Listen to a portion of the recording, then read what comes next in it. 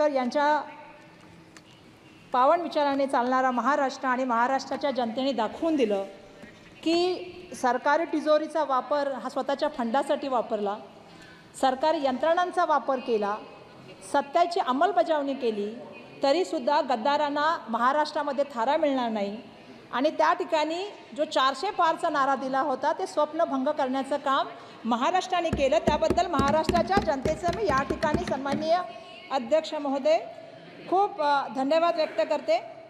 अध्यक्ष महोदय, महामहिम राष्ट्रपति के अभिभाषण में मैं अपेक्षा कर रही थी कि क्योंकि हम पहली बार सांसद बन के चुन के आए हैं, तो मैं अपेक्षा कर रही थी कि उसमें नीति की बात होगी, दिशा की बात होगी, दशा की बात होगी और आने वाला 1 साल का जो है वो क्या कार्यकाल रहने वाला है उसको हमें पूर्व कल्पना उससे मिल जाएगी. मैं अपेक्षा कर रही थी अध्यक्ष महोदय कि महंगाई हो, बेरोजगारी हो, पेपर लिंक हो, सामाजिक तनाव हो, महिला सुरक्षा की बात हो, इन सारे मुद्दों के ऊपर सन्माननीय अध्यक्ष महोदय इस बार बात होगी. सन्माननीय अध्यक्ष महोदय, महामहिम राष्ट्रपति ने निवडणूक आयोग के बारे में, चुनाव आयोग के बारे में जो तारीफ की है उसके मामले में थोड़ा सा सन्माननीय अध्यक्ष महोदय मैं अपना एक्सपीरियंस बताना चाहती हूँ. हम सब संसद के लोगों ने चंडीगढ़ का तो इलेक्शन सन्माननीय अध्यक्ष महोदय देखा ही था कि जिस तरह से वो रिटर्निंग ऑफिसर काम कर रहा था, लेकिन महाराष्ट्र की जनता ने तो सन्माननीय अध्यक्ष महोदय चुनाव आयोग का काम भोगा भी है.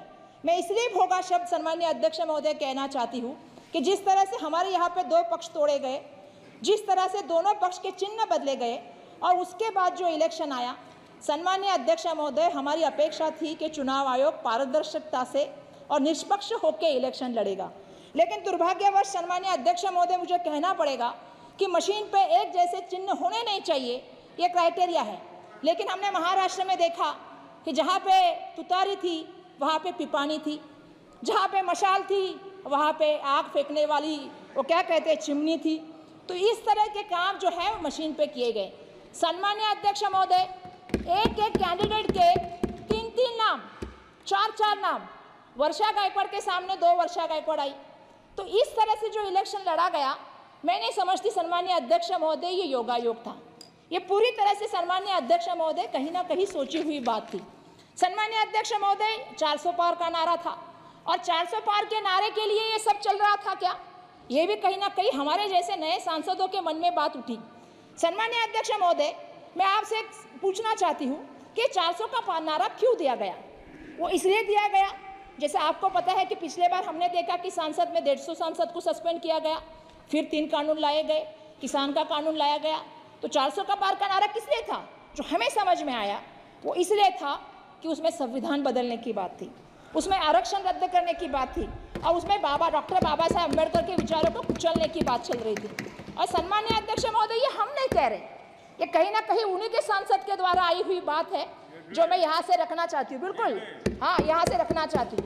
लेकिन सन्माननीय अध्यक्ष महोदय, मैं देश की जनता को और महाराष्ट्र की जनता को धन्यवाद देना चाहूँगी कि जिन्होंने इनका सपना संपुष्टित किया और 240 जो है इनको सीटें दी. लेकिन झटका जो इनको लगा सन्माननीय अध्यक्ष महोदय, 240 सीट के बदले इनको 440 वोट का झटका लगा. और इनको अपेक्षा नहीं थी कि जनता हमें इतना बड़ा झटका देगी. लेकिन मैं थोड़ी देर पहले हमारे एक भाई बात कर रहे थे, हमारे सांसद, और हमें पूछ रहे थे कि आप लोग इतने खुश क्यों हैं. सुनिए भाई साहब, अभी डिस्टर्ब मत कीजिए. हमारे सांसद पूछ रहे थे संदीप पात्रा जी कि आप खुश क्यों हैं. हम इसलिए खुश हैं कि मैं एक शेर पढ़ना चाहती हूँ सन्माननीय अध्यक्ष महोदय. शेर यह है कि इतना भी गुमान ना कर अपनी जीत पे बेखबर, इतना भी गुमान ना कर अपनी जीत पे बेखबर, शहर में तेरी जीत से ज़्यादा चर्चा मेरा है. तो मैं ये कहना चाहती हूँ सन्माननीय अध्यक्ष महोदय कि हमारा चर्चा इसलिए है क्योंकि हम संविधान की बात कर रहे हैं, हम देश के लिए लोकशाही की बात कर रहे हैं, हम लोगों के हित की बात कर रहे हैं. सन्माननीय अध्यक्ष महोदय, मैं आपसे कहना चाहती हूँ महंगाई के ऊपर, हम मोदी जी का नाम सुनते तो म से महंगाई आनी चाहिए, और जब महंगाई की बात आती है तो आपको पता है कि बढ़ती महंगाई महिलाओं के लिए और हमारे देश के लिए आज सबसे बड़ी समस्या बन गई. सन्माननीय अध्यक्ष महोदय, कितने अफसोस की बात है सन्माननीय अध्यक्ष महोदय, यहाँ हम सब महिलाएं बैठी हैं और इस अभिभाषण में महंगाई का एक शब्द यहाँ पे उपस्थित नहीं किया है. सन्माननीय अध्यक्ष महोदय, जिक्र ही नहीं है इस पूरे भाषण में. आज कमर तोड़ महंगाई के आज गरीब है, मध्यम वर्गीय परिवार है जिनका जीना मुश्किल हो गया. सन्माननीय अध्यक्ष महोदय, दाल, आपको मालूम है टमाटर, आटा और प्याज, दूध, आज सब की चीज़ें जो है तो दाम बढ़ गए हैं। उस पर जीएसटी भी कुछ चीज़ों के ऊपर लगाने का काम केंद्र सरकार की तरफ से हो रहा है, चाहे वो दही हो, पनीर हो, दूध हो। सम्मानीय अध्यक्ष महोदय, आज परिवार की बचत जो है 50 वर्षों में सबसे निचले स्तर पे जो सम्मानीय अध्यक्ष महोदय गई है। क्यों गई है? आज परिवार में बचत नहीं हो पा रही सम्मानीय अध्यक्ष महोदय, ये दुर्भाग्य है सम्मानीय अध्यक्ष महोदय। 4 महीने से जो फूड इन्फ्लेशन का है वो 8.5 से रेट जो है वो अधिक हो गया है सम्मानीय अध्यक्ष महोदय। आज रोज दुगनी तिगनी जो है सम्मानीय अध्यक्ष महोदय, रात चौगनी जो है वो महंगाई बढ़ रही है। और सम्मानीय अध्यक्ष महोदय, इसका शब्द इस अभिभाषण में नहीं है, ये मुझे सबसे बुरा लगा है। सम्मानीय अध्यक्ष महोदय, जब हम लोग महाराष्ट्र की असेंबली में काम कर रहे थे या संसद में भी काम कर रहे, जब मणिपुर की बात आती है तो हम महिलाएं हैं, हमें बहुत दुख होता है सम्मानीय अध्यक्ष महोदय। महिलाओं की नग्न ढिंड निकालना ये किसी भी देश के लिए, किसी भी संस्कृति के लिए और किसी भी स्टेट के लिए सम्मानीय अध्यक्ष महोदय बिल्कुल सही नहीं है अध्यक्ष महोदय। लेकिन दुर्भाग्यवश इस संसद में उसका उल्लेख नहीं हुआ। सम्मानीय अध्यक्ष महोदय, देश के प्राइम मिनिस्टर वहां गए नहीं। पिछले 13 महीनों में सम्मानीय अध्यक्ष महोदय 221 लोगों की इसमें जान गई। सम्मानीय अध्यक्ष महोदय, 50,000 से ज़्यादा लोग बेघर हो गए। और इसके बावजूद सम्मानीय अध्यक्ष महोदय, मैं कहना चाहती हूँ कि इसके लिए कोई भी जो है इस पूरे भाषण में एक शब्द नहीं है। जो भाषण में शब्द है वो सिर्फ है जो आपको पता है उत्तर पूर्व राज्यों की सुरक्षा की बात की गई है।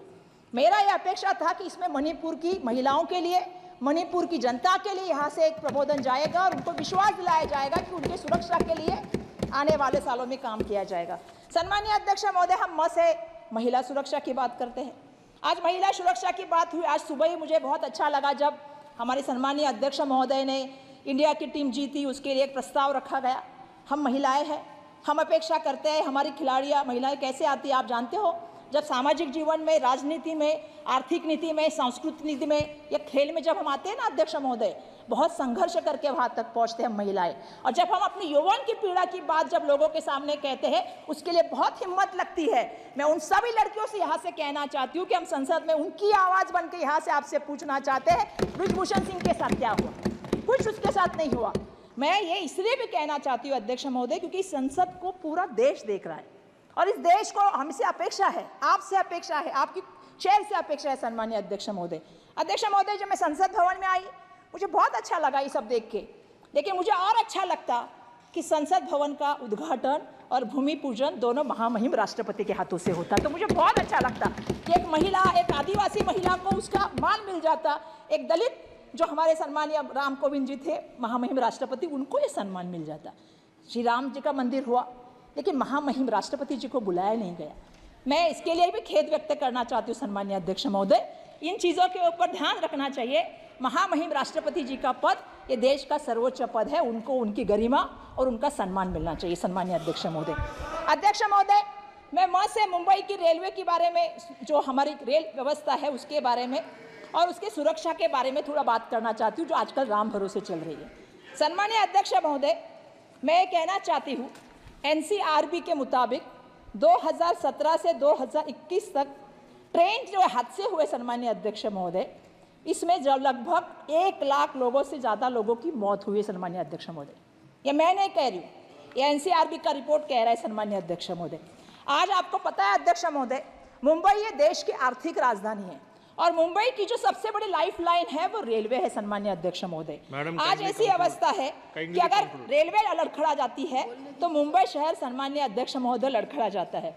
आज अध्यक्ष महोदय, मुंबई का आप देखेंगे तो हर दिन 7 लोगों की जान ये ट्रेन दुर्घटना में जाती है, इसके ऊपर आपको ध्यान देना पड़ेगा। दूसरा ऐसा है सम्मानीय अध्यक्ष महोदय, 2023 मैं अध्यक्ष महोदय मेरे को पहली बार बोल रही हूँ, थोड़ा मेरे 4-5 ही पॉइंट है सर। बोलो। सर 2023 में आप देखेंगे सेंसेक्स तो 2590 लोग जो है उनकी ट्रेन की दुर्घटना में जो है सम्मानीय अध्यक्ष महोदय मौत हुई है। और इसके बावजूद भी सम्मानीय अध्यक्ष महोदय आप देखेंगे तो 441 लोगों को जो है वो चोट आने का काम हुआ है।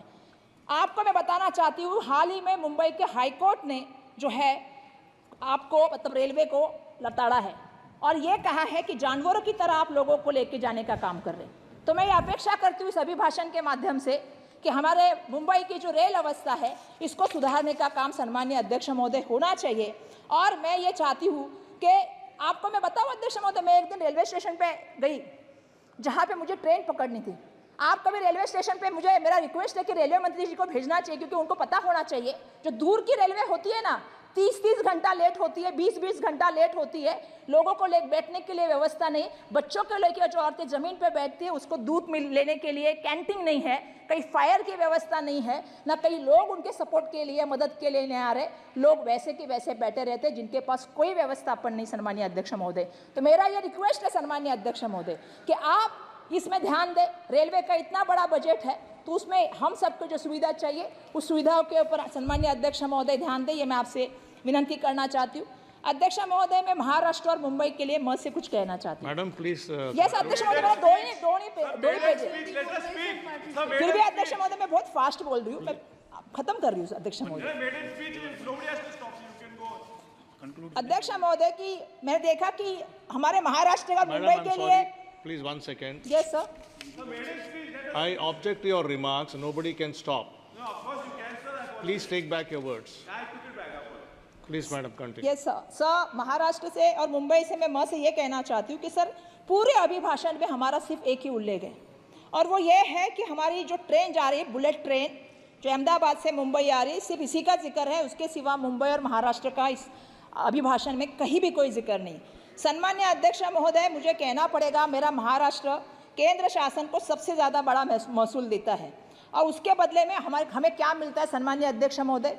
अगर हम बात करें टैक्स कलेक्शन की अध्यक्ष महोदय, तो महाराष्ट्र से अगर 1 रुपया जाता है तो केंद्र से हमें वापस सिर्फ 7 पैसा आता है सन्मान्य अध्यक्ष महोदय। अध्यक्ष महोदय, ये हमारे ऊपर अन्याय है, ये हमें यहाँ से कहना है। अध्यक्ष महोदय, मेरी एक मांग है कि टैक्स डिक्लेरेशन के बाद महाराष्ट्र का जो हिस्सा बढ़ाया जाएगा, मैं ये मांग करती हूँ कि टैक्स जो दिया जाएगा उसमें से महाराष्ट्र से जो टैक्स आएगा उसका 50% टैक्स जो है वो हमें मिलना चाहिए। महाराष्ट्र की वो हमारे विकास के लिए जरूरी चीज़ है, वो हमें मिलना चाहिए, ये मेरा सन्मान्य अध्यक्ष महोदय कहना है।